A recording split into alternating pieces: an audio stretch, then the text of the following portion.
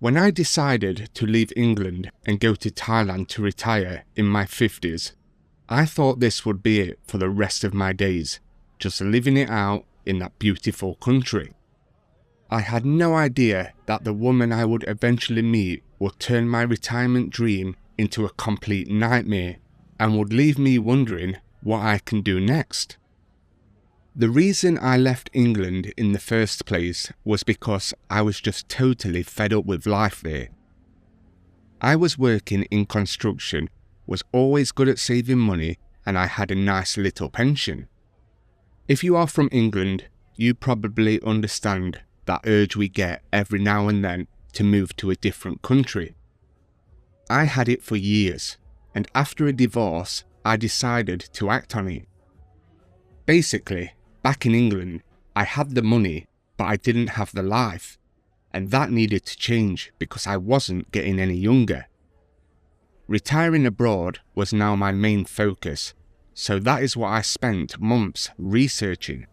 Best places to retire, cheapest countries to retire, value for money, just stuff like that. Needless to say, I came across plenty of groups and forums about retiring in Thailand, and most retirees were happy with their decision. After months of research, I decided to check out the country for myself and booked a 3-week-long trip, 2 weeks in Bangkok and 1 week in Phuket, and then fly home. If I liked it, I would start looking into retiring there, and if I hated it, well, at least I got a little holiday out of it. I had booked a hotel on Sukhumvit Soi 7/1 in Bangkok. And just to let you guys know, it looked nice in the pictures, but I did not realise the type of street it was on at the time. And I arrived there at night, so you can imagine my reaction. For those that don't know, my hotel was on a street that has a bunch of bars that supply a specific service. I'll let your imagination do the rest. I won't go on about my first trip too much, as it's not that interesting. I did the typical tourist thing, tried the food, explored the place, and of course, went out to the bars a couple of nights. When I got back home to the UK, I knew I was in love with Thailand, and I knew I wanted to retire there. I loved Bangkok, but Phuket was not exactly my thing, though I did like my time at the beach, but the feeling that Bangkok gave off was more my thing. About 2 weeks after being back home, I started really looking into retiring.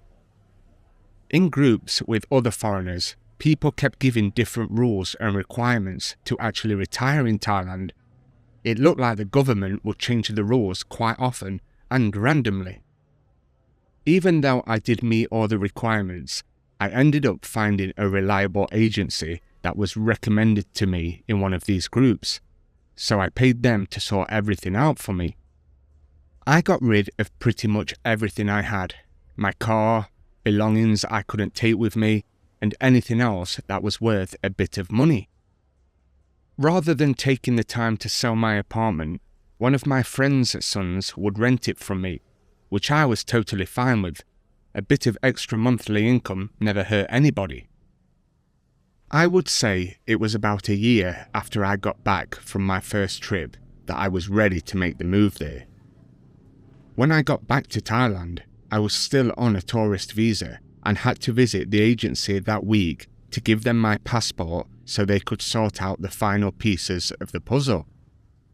Those first few days, I was just getting settled again, eating at the same places I liked last time, sorting my things out, and trying to get into a normal routine. I had already signed a year-long contract for a condo in Bangkok, which looked great in the pictures, and when I got there, it was a lot bigger than I expected. Way too big for just one person, but it was cheap enough. I was happy with it straight away. Close to everything I needed, walking distance to a few bars and the BTS, quiet enough. It felt like I would settle right in. It was around 16,000 baht per month for the condo, not including the bills, but I was renting my place back home for a lot more than that, so it was perfect for me. I was in Bangkok for about half of a year and everything was going well. I was enjoying myself while keeping myself safe from being sucked into the nightlife. Most days, I'd walk around, find something to eat, maybe sit in a coffee shop for a bit, and then head back home. Nothing wild, it was just a steady routine. I did go for a drink now and again, but mainly stayed away from the tourist places and the girly bars. But even though I was having fun and would much rather be there than in England, I was getting a little bored with myself and would end up doing the same thing over and over again. It got to the point where I felt stuck, like I was just wasting time, and I knew if I stayed in that routine much longer, I'd end up feeling miserable again. I knew I was getting on in life, and my body was not what it used to be, but I really had the urge to travel around Thailand and see more of the country. I did not want to go to Phuket because I had already done that. Spent a week in Pattaya before. It was fun, but still not my cup of tea. Chiang Mai didn't interest me at all. I wanted to go places that were off the beaten track a little bit. A place that isn't overcrowded with tourists and a party lifestyle. I actually wanted to do a road trip around Isan while I had the energy in me. But first, I wanted to go to Udon Thani because by what I saw online, it looked great and it seems a lot of foreigners are choosing to go there nowadays. This is where things started to go wrong. It started by me leaving my brain in my Bangkok condo and heading to Udon Thani. When I got there, I had a hotel booked for a week. Did not really have any solid plans, just having a look what Udon Thani had to offer, meet some people, then either carry on my road trip or go home, depending on how I felt. I was just taking each day as it comes, no schedule, no stress, seeing how the place felt and if it was somewhere I could really enjoy. One night, I was in a bar there. Surprisingly how many foreigners are actually there. It was a busy bar, but not a girly bar from what I could tell. I was sat there having a beer, face in my phone, minding my own business, and a girl came over, sat down at my table with her own drink, and asked if I minded her sitting here. She spoke in a friendly way, nothing odd about it, and she wasn't dressed looking like a bar girl or anything like that, so I didn't really think much of it at the time. Of course, I'm not going to say no to a beautiful Thai girl joining me for a drink while I'm out alone.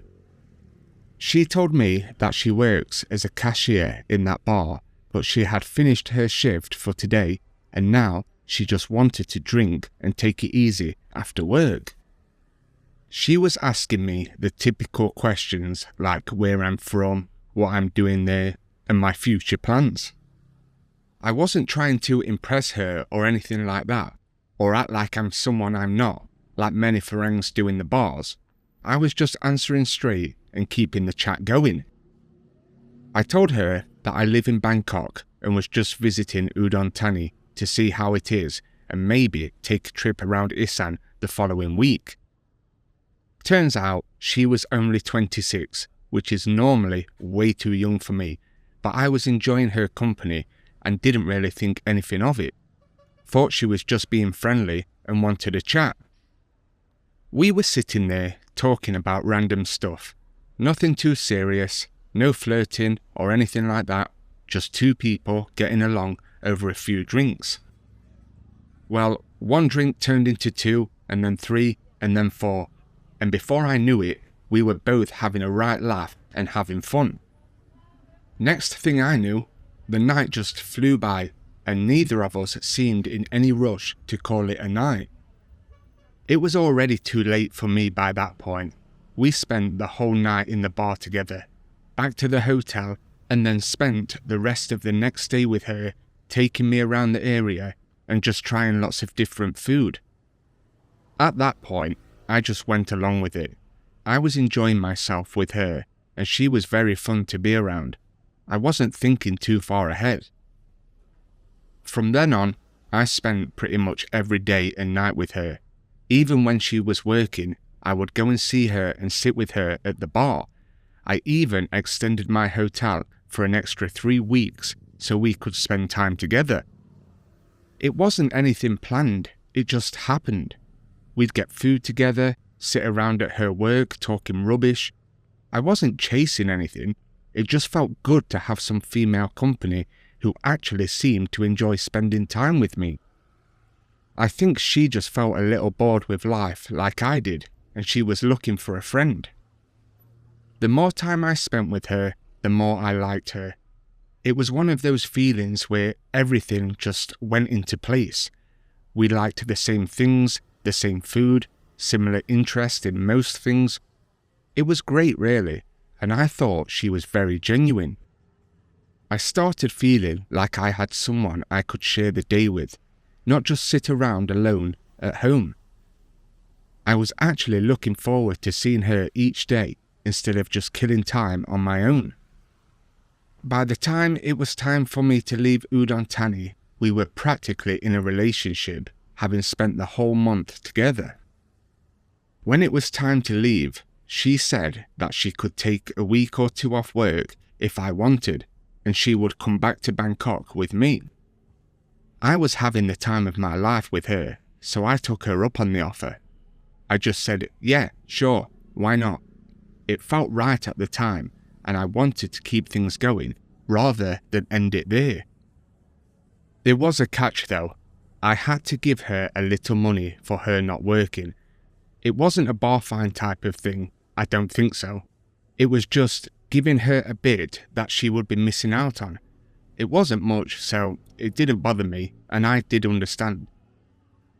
Back in Bangkok, that week or 2 she took off turned into months, and she basically moved into my place, only going back home every 2 weeks for a couple of days to see family. It kind of just happened. She'd always say that she will stay an extra night, but then she never left. We didn't even talk about it. But I didn't mind. I still enjoyed her around. Sometimes I would go back with her to Udon Thani, but she never wanted me to meet her family, as she said they wouldn't agree with her being with me, a much older Farang.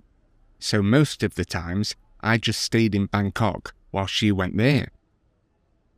For the time being, I was paying for everything and giving her a bit of money each week for her to send back to her family while she was working and looking for a job in Bangkok. She never did ask for big amounts of money, and the times she did ask, it sounded believable, like she really did need it.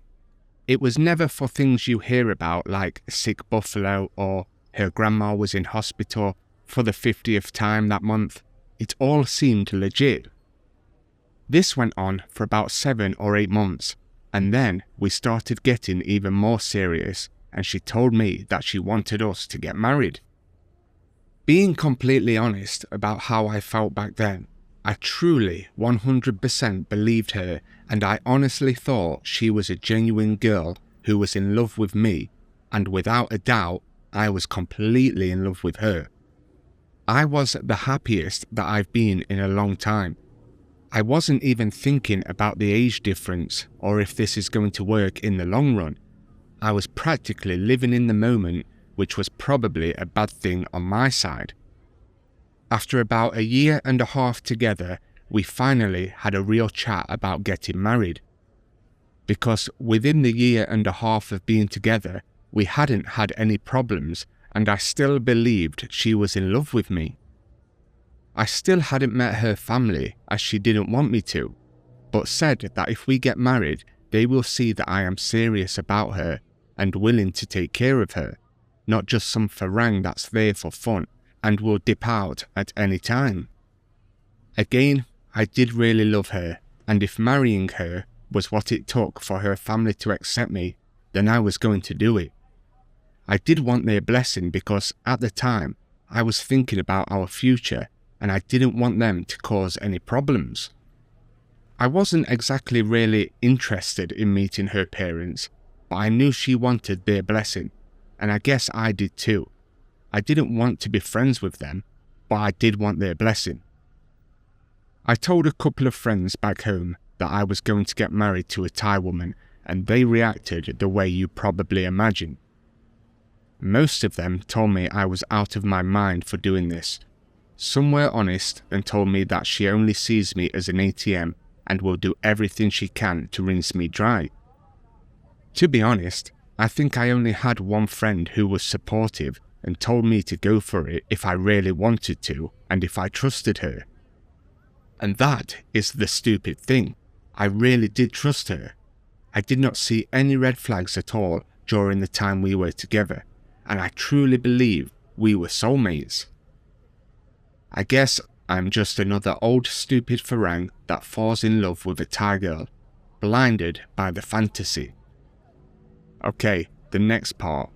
So after 2 years since our first meeting, we were heading to Udon Thani for an Isan-style wedding. When we got there, I finally met her family. Some of them were really nice to me, but for some reason, her parents seemed to dislike me instantly. I don't exactly know why, but I'm pretty sure it was because I was in my 50s and she was in her 20s. I had to pay a dowry of £5,000, which I guess is around $7,000, give or take. A bit extra on wedding things, and we were set to go through with it. The day was actually pretty good, even though it cost me an arm and a leg altogether, but everyone other than her parents seemed to have fun.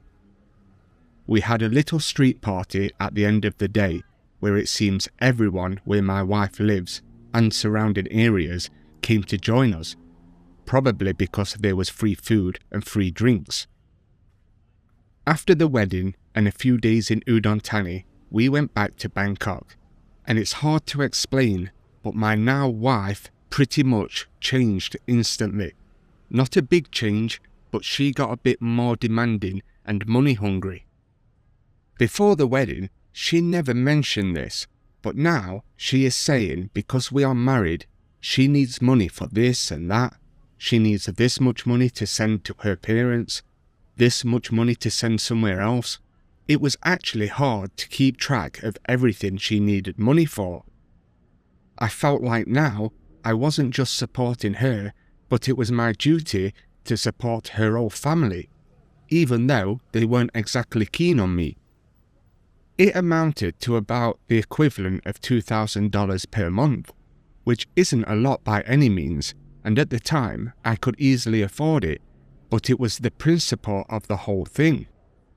It was starting to feel less like a marriage and more like some kind of walk-in wallet or ATM for the whole family. And even if you can afford to be that, the feeling is not nice. I didn't mind supporting my wife, of course. I pretty much knew I would have to do that. But support her whole family, people who couldn't give a damn about me, that's not something anyone wants to be doing.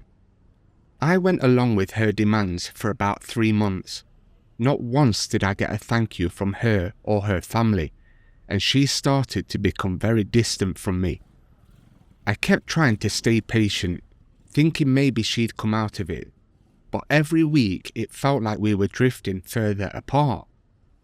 She had now got a job working behind a bar somewhere, but even if she wasn't meant to be at work, she would still go out with the friends that she made from there.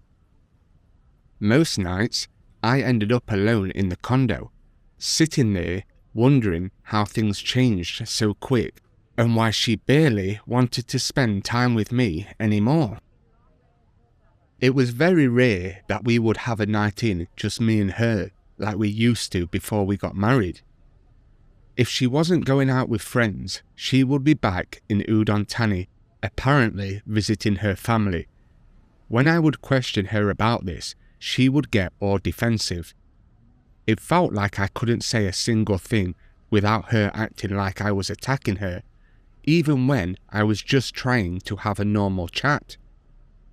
Even when I brought up the money I was giving her each month, she would get defensive and send me on guilt trips, saying things like I don't care about her or her family, and that I should not have married her if I can't support her. She really did turn into a real piece of work, and it was impossible to have a normal conversation with her.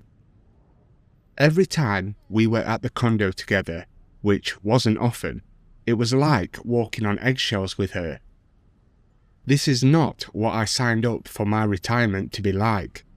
My life was going so good before we got married, and I was genuinely very happy with how everything was going. For some stupid reason, I kept thinking to myself that it's not her, it's her family putting pressure on her to make me support them, and that if I carried on, they would soon accept me and lay off for a little while. So, I kept doing it, hoping that she would go back to the woman she was when I met her. I know that was another foolish thought from me. If you think things couldn't get any worse than they are now, I had an idea, kind of a last resort to get my wife back to the way she was. One weekend, she went to visit family and was returning on the Monday night. My plan was to make a nice dinner, table set, candles, the whole works, and just sit down with her and tell her how I felt when we first met and how I want that feeling back. When she walked in that evening, my plans went right out the window because, followed by her, was her dad. I just stood there thinking, what is going on? Because there was no hint or heads up that anyone was coming back with her. No warnings, no phone calls or messages. She just turned up with him and told me he has to stay here because their mum is sick and her brother can't look after both of them, so she has to take care of her dad. I was left speechless, to be honest. This was my condo that I paid for. It's in my name on the contract, not theirs. I really couldn't believe what was happening. To begin with, her dad hates me. He's been happily taking my money each month, and now he wants to live under the same roof as me. He was such a tramp as well, leaving rubbish everywhere, empty beer bottles, even smoking in the condo after I had told my wife 1,000,000 times not to allow him. And guess who was cleaning up after him? No, not my wife, it was me. My wife was still never home even though her dad was staying with us. She was never taking care of him or spending any time with him, and I finally had enough. I told her that if she doesn't take him back or stay at home with him, then the money stops. If he wants to live here, then I leave because I cannot live like this. She didn't seem to care about me threatening to leave, but she did care about the money that would be stopped, so she tried to sweet talk me into not doing anything. After being put through all of this after our wedding, I was totally done with it. It wasn't even a real wedding anyway. I had no legal obligation to her or her family. I should have walked out long before now. She threatened me and told me that her dad is staying here, and if I try to kick them out, then I will regret it. She told me that she would make my life hell, and with the way that she was at the time, I believed her. I did stupidly give her another chance. I don't know if it was because I was still in love with her or because I was genuinely in fear, but we did finally have a talk and I laid everything out to her.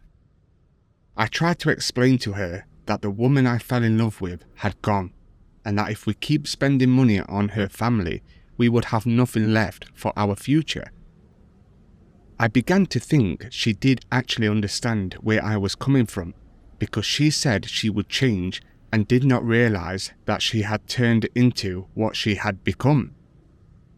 As you probably guessed, this didn't last long, probably about 2 days of her being all lovey-dovey with me until she went back to her non-caring, greedy ways. Things got even worse between us when her brother was asking for more money for their mother. I finally put my foot down this time and told her and him that we aren't sending any more money. They get more than enough, and if her mum is really sick, then she needs to be in hospital. Her brother didn't like that. In fact, he hated it so much that he threatened to come to Bangkok with his friends and take care of me, whatever that means. That was it for me.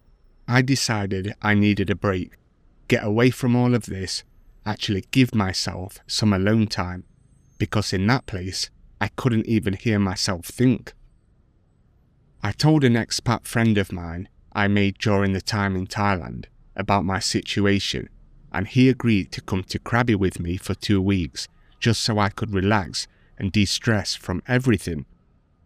It felt good leaving all the mess behind for a bit, like I could finally breathe and think straight without being paranoid.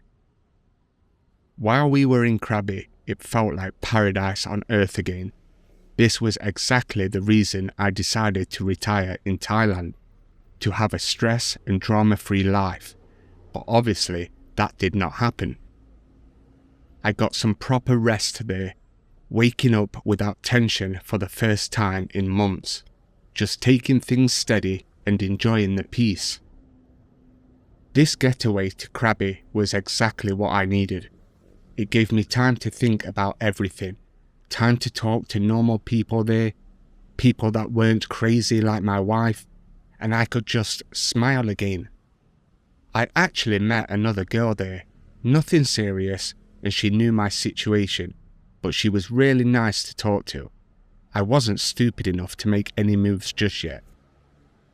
We spent a couple of days together, just as friends, and when it was time for me to leave, she gave me her contact and told me to get in touch if I ever go back. It was while I was in Krabi that I finally made the decision to get rid of my wife and just break it all off.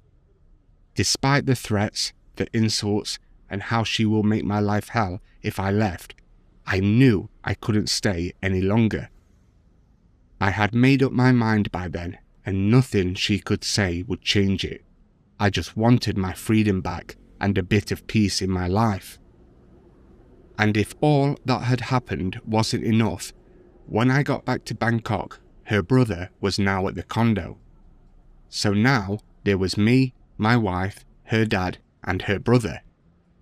Seeing all of them there made it clear there was nothing left worth fighting for. I was done being taken advantage of and treated like a fool. That was it. The very same night I got back, I told my wife I'm leaving. I told her I'll pay the condo and they can stay there, but I would not renew it once the contract was finished. It was a small price to pay for me to get out of there. I wasn't scared or unsure anymore. I just wanted out, and I was trying to get my things together as fast as possible and walking away for good. While packing my stuff and everything I needed, she was going crazy at me. But all the insults and guilt trips in the world couldn't stop me from leaving. I got a hotel that night, and by the following week, I was back in the UK.